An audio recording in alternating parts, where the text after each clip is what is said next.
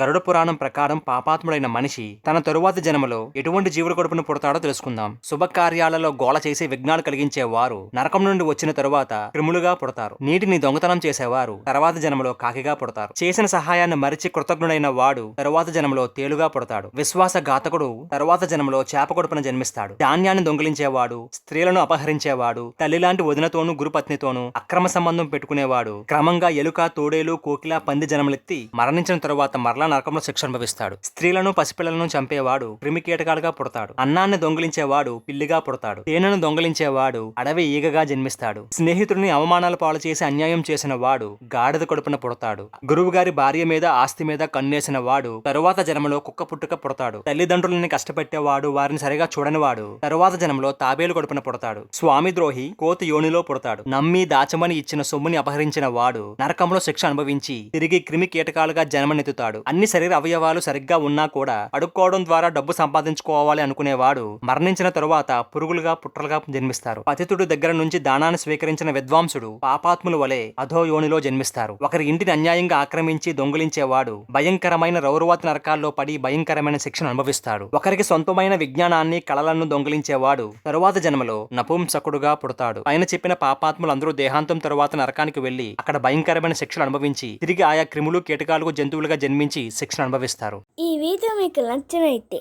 Like చేయండి, share చేయండి, comment చేయండి. అలాగే మా ఛానల్ కూడా సబ్స్క్రైబ్ చేసుకోండి. పక్కన గంట మాత్రం కొత్త మర్చిపోకండి.